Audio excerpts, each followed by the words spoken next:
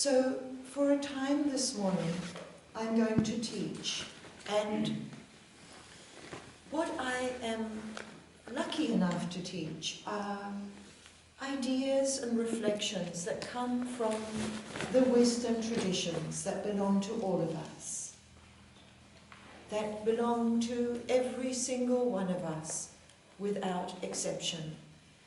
And as I'm sharing these thoughts and reflections, you can know that they have a very long history in our human family, that they've been thought about and lived and experienced and experimented with countless generations before us. They don't belong to me. They don't belong to any one religion or dogma. They belong to our human family. And basically, and in every way, they are teachings of love. Because my strong feeling is, and my experience is, that when we come on retreat, or when we make time for our meditation in the morning, or in the afternoon, or in the evening, or at any time, what we are needing to learn and relearn and refine and re-refine is our knowledge of ourselves as beings of love. So, to a very great extent, everything that happens here, and I reviewed all the different things that happened here on retreat yesterday evening. Meditation, eating food with new friends, writing in your notebook, having a walk, sleeping, feeling irritated, feeling sublime. All of those things are ways in which we can, if we allow it, learn to come more awake to who we are as embodiments of love, with all our flaws, with all our experiences, with all our failings, because there is not a single person in this room, and I don't know you all personally yet, but I could say with confidence, there is not a single person in this room who hasn't, as I also have, learned something about coming awake through experiences that we might, with a different consciousness or a different way of thinking, call a disaster. Not just a failing, not just a failure, not just the time that we made a complete fool of ourselves. But somehow we rose up again and we learned something. If we were fortunate, we came a little bit more awake. I was thinking the other day, actually, preparing for being with you today, and thinking about the word awake, and thinking about being not awake, and thinking about sleeping and sleepers, not the actual sleep that we need for our rest, but the sleep of ignorance, the closing our eyes, and I'm closing my eyes even as I say this to you, the closing our eyes to who and what we are and all that we can be. And I was thinking how different our understanding of this would be, and how different our understanding of our own ignorance would be, our shared ignorance as a human family, and our individual ignorance as individuals, if instead of all those generations and centuries of calling ourselves and other people sinners, we had called ourselves sleepers, and recognized that what we really need to do is come awake. Because if we were awake to our divine potential, then some of the things that we believe we must do, or that we try to justify through very elaborate dogma, would seem to be totally unnecessary. I could just remind you that acts of violence do not arise from a place of recognizing ourselves as loving beings. Small and large, not just grand acts of violence, but even little acts of violence against ourselves, mutterings against ourselves that make us very small or ugly in our own eyes, or that make us pitiful or helpless in our own eyes. And really, that is not a message of love. And really, that is not a message either of waking up. So, when such a thing happens, and it will, because you are habituated to it, you've been taught it, it's been reinforced in all sorts of ways, and we've all been good students in the great drama of putting ourselves down. At the same time, perhaps puffing ourselves up, but not confidently. Instead of really meeting the world, meeting ourselves, meeting one another as beings of love, with the confidence and the humility that would emerge from that. So the next time something arises in your awareness, you're judging another person harshly because you judge yourself harshly. You are not giving someone else the benefit of the doubt. You are reacting impulsively and impatiently, let's say. Instead of jumping on yourself or adding insult to injury by telling yourself how hopeless you are, instead you could just say to yourself, a wake-up call. A wake-up call that you are all, while you're still alive, with a new day, and many, many new days perhaps, you are increasingly coming awake to your spiritual potential, lived out through human relationships and human beings, being human.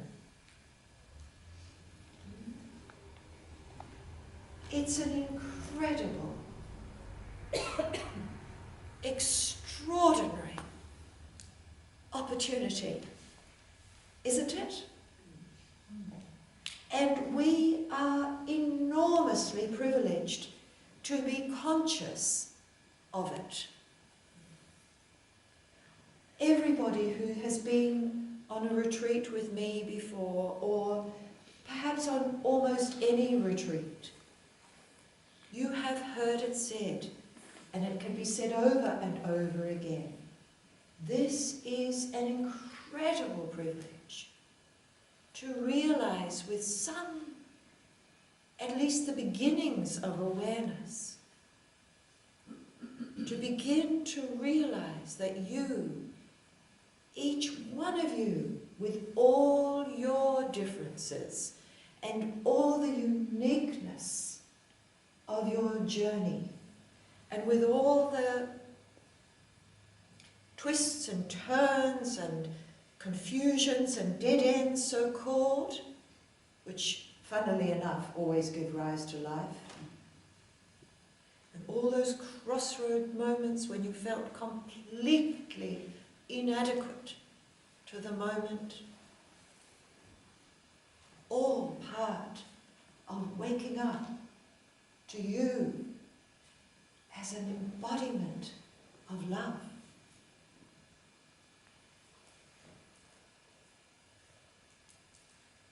Worthy? Not worthy. Doesn't matter. That's what you are. Worthy, not worthy. But actually, we can choose to be worthy. We can choose through our humble but willing reception of the gifts of love to be worthy of this life of love. When we say, oh, I'm not ready to be kind, or life hasn't been kind enough to me, or, I'll put that off till I... Those are moments of unworthiness. When we say, with all my hesitations, with all my confusions, with all my feelings of insufficiency, nevertheless, I'm stepping into a life of love. That's enough. That's the commitment.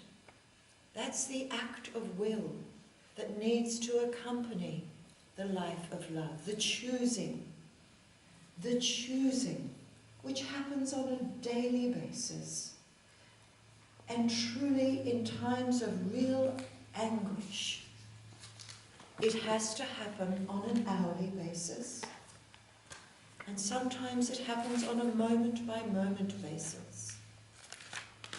That no matter what is happening for us, no matter what is happening with us, no matter what is happening to those people we most care about, and to those people we care nothing about, we are still continuing to be and to live in the flow of and to draw from and to be inspired by expressions of love. And there are no greater expressions or teachings of love than human behavior.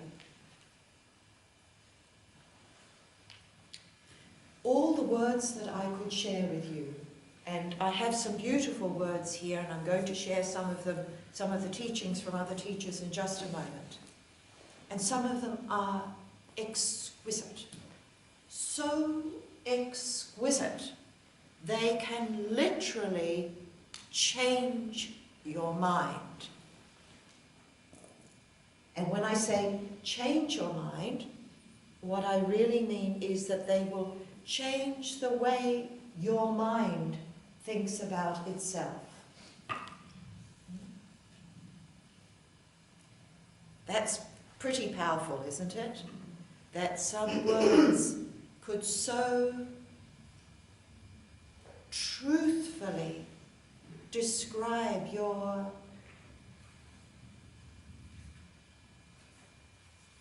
seeking, your yearning, your being, that they could literally change your mind.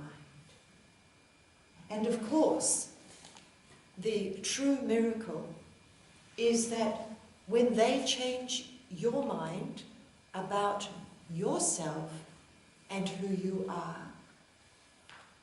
inevitably,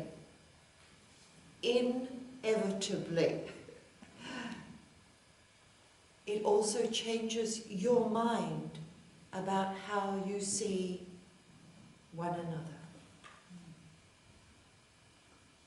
And that is the transformation, of course, that we are all seeking.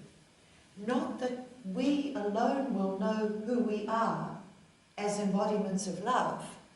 That's lovely. It's lovely. It's a good start.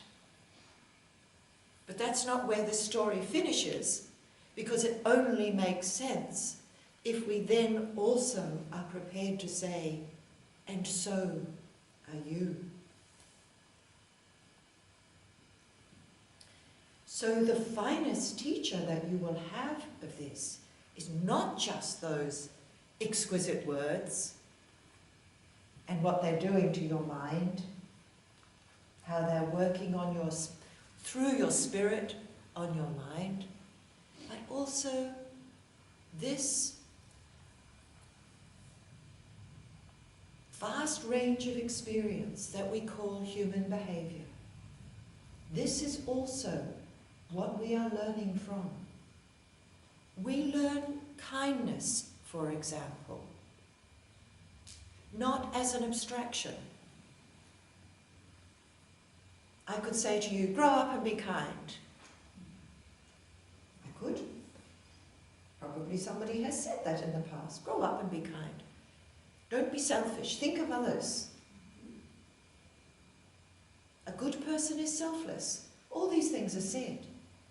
But how do we learn them? We learn them through experience. We learn them through behavior. We learn them through that moment when someone smiles, even though the queue that you are mutually waiting in is very long, or even though you've just spoken quite abruptly.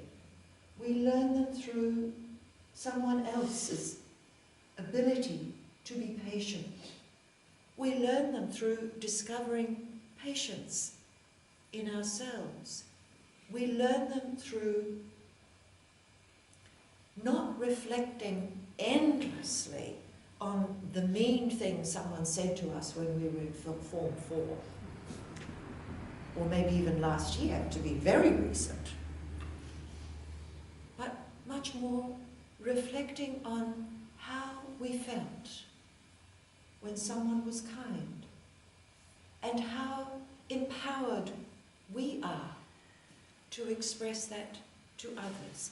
That's how we learn the qualities of spirit.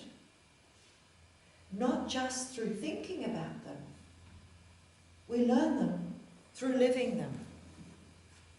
I'm going to read you a little tiny teaching here. This isn't one of those exquisite ones, but it's quite subversive. And I like subversion too when it comes to changing our minds. No matter how famous the mouth, check the word against experience. We are here to do, and through learning to know, and through knowing to wonder, and through wonder to attain simplicity, and through simplicity to give attention, and through attention to see what needs to be done. Now, wouldn't you swear that was a Buddhist teaching? Would some of you who are familiar with Buddhist teachings think that was a very Buddhist teaching? It comes from the Pirkei Avot. It is a Jewish teaching from 500 BC. Which is a gorgeous reminder that true wisdom belongs to no group and to all groups. And I love it, no matter how famous, no matter how esteemed, no matter how bowed down to the mouth. Check it against your experience, because your experience is a true teacher. You know how it feels to be in the presence of respect, of kindness, of love, of forgiveness, of consolation in your sorrows. And conversely, you know what it is to be in the experience, to experience and be in the presence of harshness, judgment, criticism, bullying, arrogance. And sometimes we're in the presence of all of those last name things in our own minds. We can do to ourselves what we do to one another. Both the energizing and the expansive, and the contracting and punitive. So your very first place of spiritual practice, which is your life, isn't it? It's your life. Your life is your practice. Your practice is your life. And practice means you don't have to be perfect at it yet. once you're perfect at it, you might not need to be in the body any longer. So the first place of practice is in your own mind. Is in your own mind. Practicing also speaking to and about yourself with confidence and compassion and trust and hope, so that you can also more easily be with others in this same way.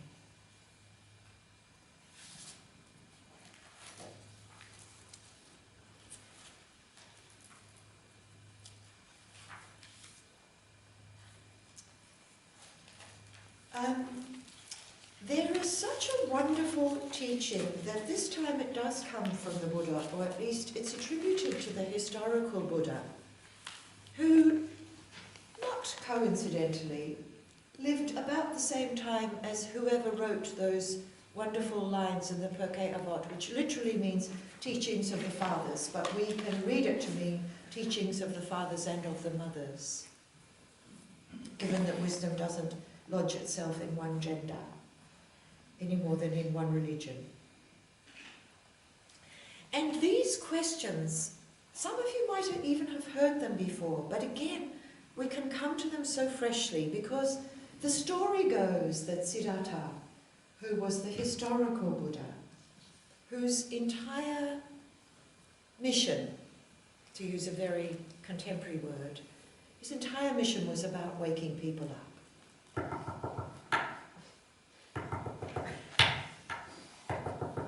And he was compassionate enough to know that we need a lot of waking up. Someone rings a bell. Someone rings another bell. And so it goes on.